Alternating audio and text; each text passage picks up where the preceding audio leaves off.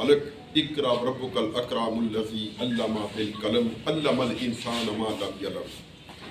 बेटा मैं प्रोग्राम का जिहड़ा मोढ है मेरे वास्ते बड़ी एक माणयोग गल है कि जिस बाबे नूं अज तो 36 साल पहले 1988 के सर मैं पहली बारी फैजपुर इन्हां दा जिहड़ा वड्डा पुत्तर है मोहम्मद जबार असर वो मेरा जमातिया भी है तो मेरे इमोशन भी ने दो गल्लां दे विच। मैं इन्हां दी शागिर्दी तो नहीं की लेकिन मैं इन्होंने लिखदियां वेखिया तो उत्थों मैनू भी ये मेरे अंदर एक तरंग जागी। उस तो बाद मैं शायरी दे विच इन्हां नूं वेखिया पढ़दियां ते पहली दफ़ा 1990 दे विच मैं इन्हां कोल मुशायरा पढ़िया। वो बंदा है जिहड़ा बांह फड़ फड़ के साडे वर्गे मातड़ां नूं भलवान बना दिंदा है ते सानू माण है कि असी उस अहद च जी रहे हैं जिहदे विच हज़रत बूटा अंसारी साहब जिहड़े ने अल मरूफ असर अंसारी ने ते इन्हां दा एक अपना एक शेर है कि छो तू प्यार दा गीत जमाना याद करे उल्फत दा संगीत जमाना याद करे ते दुनियादारी ना दुनियादारी छड़ दे बंदिया दिल दी पोच मसीद जमाना याद करे ओ भावें तेनू लख पिया साड़े तू हो ठंडा सीत जमाना याद करे। यानी वो जमाने च काम कर जाओ जिहदे नाल तुहानू जमाना याद करे ते ओहदा पुत्तर तरीका यही हुंदा है कि असी इलम ते अमल दे राह ते चलीए। बाबा जी ने जिवें दस्सिया है कि वो ऐसे स्कूल तो पढ़े ने और मेरी चूंकि इस पूरी तंजीम का नाम जिहड़ा है इमरान हबीब फाउंडेशन हैगी है और इहदा ताल्लुक भी तुहाडे गुआंढी राणे पट्टी नाल। मैं उन्हां दा शागिर्द हैगा वां, ठीक है। मैं उन्हां कोल जो कुछ पढ़िया जो कुछ सिੱਖਿਆ शायद मैं उही चीज़ां अगे बार बार दोहरा रहा वां। मैनूं सच्ची गल ये है और अगर कोई बंदा कहे ना कि तुहाडे कोल बहुत कुछ है तो मैं कहांगा कि ये सारा कुछ मेरे उस्ताद दीयां जुत्तियां दी देन हैगी कि मैं शायद उन्हां दे कदी कदमां 'च बैठा होवां ते उत्थों को अल्लाह पाक ने मेरी सुन ली होवे। इस तरह बच्चों अपने उस्तादां दा अदब करो, एहतराम करो। उन्हां दा एहतराम तो मुराद ये होंदी कि असीं उन्हां दा काम करिए जिहड़े वो कहिंदे ने सानूं। जी बेटा मैं आपको देख भी रहा हूं, मैं तुहानूं सारिआं नूं वेखण भी दिया वां ते बेहतर है कि अल्लाह पाक ने ना सानूं देखो पहला जिहड़ी वही नाज़िल हुई है उहदे च सानूं यही सबक मिलिया कि पढ़ो। और वो कौम जिहदी पहली यानी अल्लाह पाक दा पहला हुक्म जिहड़ा आया वो यही सी पढ़ो इकरा और तलबुल इल्म फरीदतुन अला कुल्ले मुस्लिमिन व मुस्लिमात। इल्म दा हासिल करना हर मुसलमान मर्द औरत ते फर्ज है। इहदे विच कैद नहीं हुंदी जुबानां दी।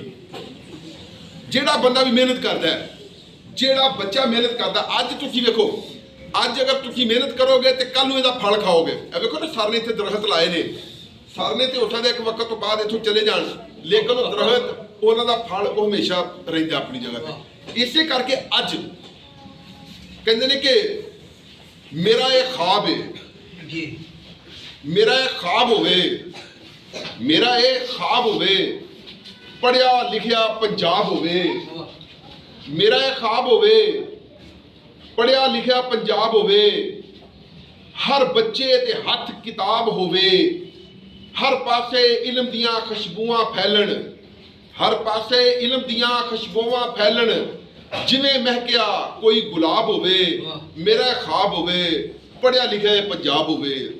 और जो पंजाब पढ़ेगा तो पाकिस्तान भी पढ़ेगा। लिहाजा अज असीं सिर्फ एक गल बना लीए बाबा जी ने जो सफ़र शुरू किया है उन्होंने दस्सिया कि मैं 1941 का जंप वाला उस रही स्कूले में पढ़िया वां। इन्होंने बुलाने का मकसद की है मेरे सारे इत्थे बेली सज्जन ने आले दुआले सियासी भी ने समाजी रुतबा रखने वाले ने बड़े अमीर भी ने इन्हां टाउनां दे विच बड़े बड़े वड्डे दफ्तर भी उन्होंने बनाए हुए ने।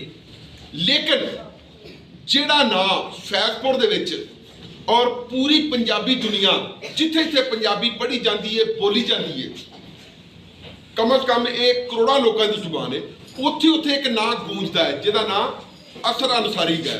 तो इस करके मैं उन्होंने अगे गुजारिश की सी कि बाबा जी तुसी अपने स्कूले आओ तो सानू भी मान बख्शो और उन्होंने मेहरबानी है कि उन्होंने सानू अजे मान बख्शिया है। और बच्चे गल भी कुछ करके बंदा कुछ बनता है कुछ करके कुछ।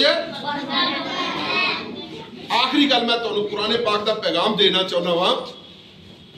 अल्लाह पाक ने इरशाद फरमाया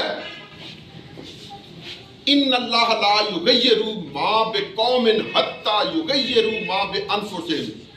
अल्लाह पाक ने अज तक ਉਸ ਕੌਮ ਦੀ ਹਾਲਤ ਨੂੰ ਨਹੀਂ ਬਦਲਿਆ ਜਿਹਨੂੰ ਆਪ ਆਪਣੀ ਹਾਲਤ ਬਦਲਣ ਦਾ ਅਹਿਸਾਸ ਨਾ ਹੋਵੇ। ਜੀ ਜੀ ਯਾਨੀ ਅਗਰ ਤੁਸੀਂ ਆਪਣੇ ਨੂੰ ਬਦਲਣਾ ਤਾਂ ਖੁਦ ਬਦਲਣਾ ਹੈ। ਔਰ ਅਗਰ ਅੱਜ ਅਸੀਂ ਮਿਹਨਤ ਕਰ ਲਾਂਗੇ ਤੇ ਫਿਰ ਕੀ ਹੋਵੇਗਾ ਕਿ ਕੱਲ ਅਸੀਂ ਕਾਮਯਾਬ ਹੋ ਜਾਵਾਂਗੇ। ਕੱਲ ਅਸੀਂ ਤੇ ਜੇ ਪੁੱਤਰ ਅੱਜ ਅਸੀਂ ਮਿਹਨਤ ਨਾ ਕੀਤੀ ਤੇ ਫਿਰ ਅਸੀਂ ਨਾਕਾਮ ਹੋਵਾਂਗੇ। ਕਹਿੰਦੇ ਨੇ ਕਿ ਮੈਂ ਆਖਰੀ ਗੱਲ ਕਰਕੇ ਫਿਰ ਤੁਹਾਡੇ ਤੋਂ ਜੱਕ ਲਵਾਂਗਾ ਕਿ ਕੰਮ ਐਵੇਂ ਨਹੀਂ ਦੁਨੀਆ ਦੇ ਰਾਹ ਹੁੰਦੇ ਉਸਤਾਦ ਅਮਨ ਜੀ ਜੀ ਕੰਮ ਐਵੇਂ ਨਹੀਂ ਦੁਨੀਆ ਦੇ ਰਾਹ ਹੁੰਦੇ ਇਹਨਾਂ ਵਾਸਤੇ ਦੁੱਖੜੇ ਜਰੀਦੇ ਨੇ। ਅੱਖੀਂ ਵੇਖ ਦਿਮਾਗ ਨਾਲ ਪਰਖ ਕੇ ਤੇ ਦਿਲ ਲਾ ਕੇ ਤੇ ਹੱਥੀਂ ਕਰੀਦੇ ਨੇ। ਵੇੜੇ ਇਲਮ ਦੇ ਅਦਬ ਦੇ ਨਾਲ ਜਾਈਏ, ਵੇੜੇ ਇਲਮ ਦੇ ਅਦਬ ਦੇ ਨਾਲ ਜਾਈਏ, ਕਦਮ ਨਾਲ ਮੁਹੱਬਤਾਂ ਧਰੀਦੇ ਨੇ। ਤੇ ਜੇਕਰ ਇਲਮ ਦੀ ਦਿਲ ਨੂੰ ਪਿਆਸ ਹੋਵੇ ਫੇਰ ਮੁੱਦਤਾਂ ਹੀ ਪਾਣੀ ਭਰੀਦੇ ਨੇ। ਇੱਕ ਦਿਨ 'ਚ ਨਹੀਂ ਕਿਧਰੇ ਫਲ ਲੱਗਦਾ, ਕਿਸਮਤ ਨਾਲ ਕਿਧਰੇ ਦਾਮਨ ਭਰੀਦੇ ਨੇ। ਬਹੁਤ ਸ਼ੁਕਰੀਆ।